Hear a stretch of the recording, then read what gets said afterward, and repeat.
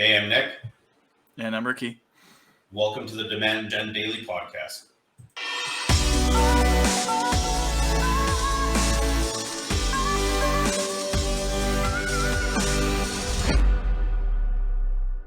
All right, episode 2. So last episode, we talked high level about lifetime value versus customer acquisition cost, how the model works, and we're going to get into it a little bit more today.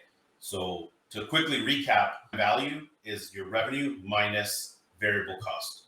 So if your contribution margin is 80% and you sold something for $1, that means that you keep 80 cents. That's the single purchase. Then you multiply by the number of purchases your average customer has in their lifetime.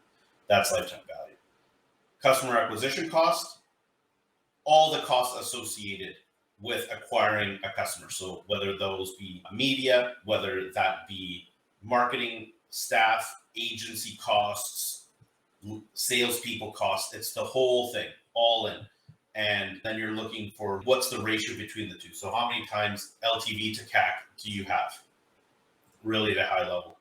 But we wanted to get into today just talking about one thing, which is lifetime value by itself, right? So we really need to break this down. So we know the formula for LTV, and there's 3 primary elements to LTV. And the first one is frequency of purchase. So like the number of times somebody buys from your company, right? That's frequency of purchase. Number 2, you can influence average purchase size, right? What's your average order value? Is it $30 per session? Is it $100 per session? What elements can affect that? And then lastly, contribution margin, because remember the formula, revenue times contribution margin. So if you can lower your direct costs to whatever you're selling, that means that you keep more, which makes your lifetime value greater. So again, to summarize those 3 elements, frequency of purchase, average purchase size, and then your contribution margin. We're going to get into these 3 things, break them down, have all conversations. Ricky, let's start off with frequency of purchase. Sounds good. I mean, this one is probably the most intuitive. It's literally like, how many times is somebody buying your product? There are some products out there that are a one-time purchase where maybe the product lasts such a long time that you don't expect the client to be purchasing more than one in a lifetime. But for most products, there is some sort of repurchase involved. So frequency of purchase is the number one. And so that breaks down to things like retention. If the product and the experience are good, you're going to retain your customers. They're going to want to purchase it again. And that comes down to really the experience overall of the product or service, if it's a service. And then secondly, tied into retention is brand loyalty. So what's the overall brand? How does it resonate with people? When you're buying something like toothpaste, for example, there's a lot of similarities between the products. And so a lot of it comes down to brand. What's the marketing like? What's the branding like? How does that resonate with the customers? And that's going to increase your frequency if your brand has higher loyalty. A couple other ones are subscriptions. If you I've seen subscriptions with online products such as subscription boxes, those sorts of things, or things like services, Netflix, etc. When you have a subscription, generally you have a much higher frequency of purchase. Depends how long the subscription is for. If it's ongoing or if it's for a fixed amount of time. And then you'd consider each month essentially, I mean, it's still one purchase, but it's increasing the overall revenue. And then sales discounts. You could have promotion. Maybe you have customers that are on your email list and you're running a promotion to bring them back. Maybe they've had one purchase, you want to bring them back for another purchase. You can do that through an incentive like a sales discount. So those are all some examples of ways to increase your frequency of purchase. Yeah, so I mean, the one actual example, like real life example that I can give you of this is actually, back in the day, pre-internet days, in terms of the internet was around, but it wasn't a driving force of sales quite yet. It's actually Beachcomber. The story goes like very early on in that product's life cycle, there was this woman that was running that brand, and they were installing things like hot tubs in their people's backyards. And so she came up with this idea of on delivery, they would send an extra person to come deliver and set this thing up.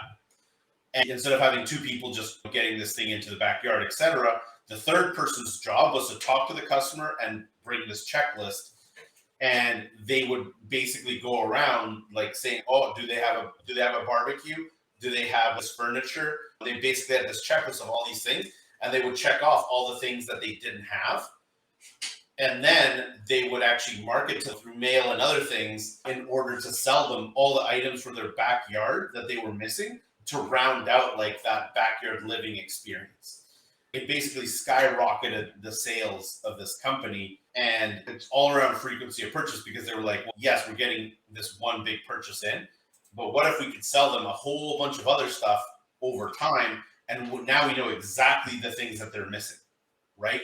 So anytime there was an installation or some kind of delivery, there was this extra person that would show up. What are they still missing in their backyard? What else can we sell them and like really drive up that frequency of purchase? The next item, average purchase, kick us off here with price increase, right? So if you increase your price, your average order value, your average purchase size is going to go up.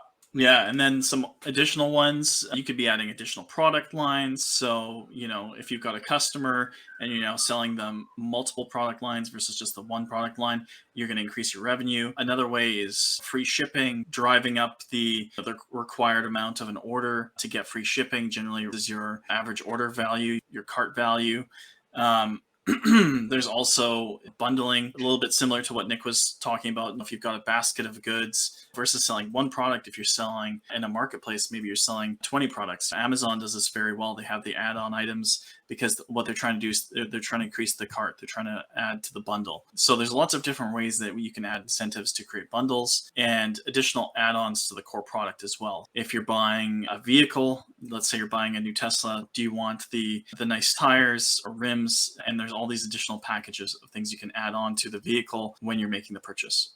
Yeah. And then the last item is contribution margin. So what's a contribution margin of what you're selling? And obviously the higher the better. Any way you can lower cost of goods sold. So if you're producing something, if you produce more of it, usually there's some sort of scale of economy on your raw parts because you're buying more. Again, increasing price works here as well because you're increasing your contribution margin and like general operational efficiency. So how efficiently your company runs. So yeah, those are the primary 3 factors that affect lifetime value. Quick recap: frequency of purchase, average purchase price, and contribution margin. Until next time.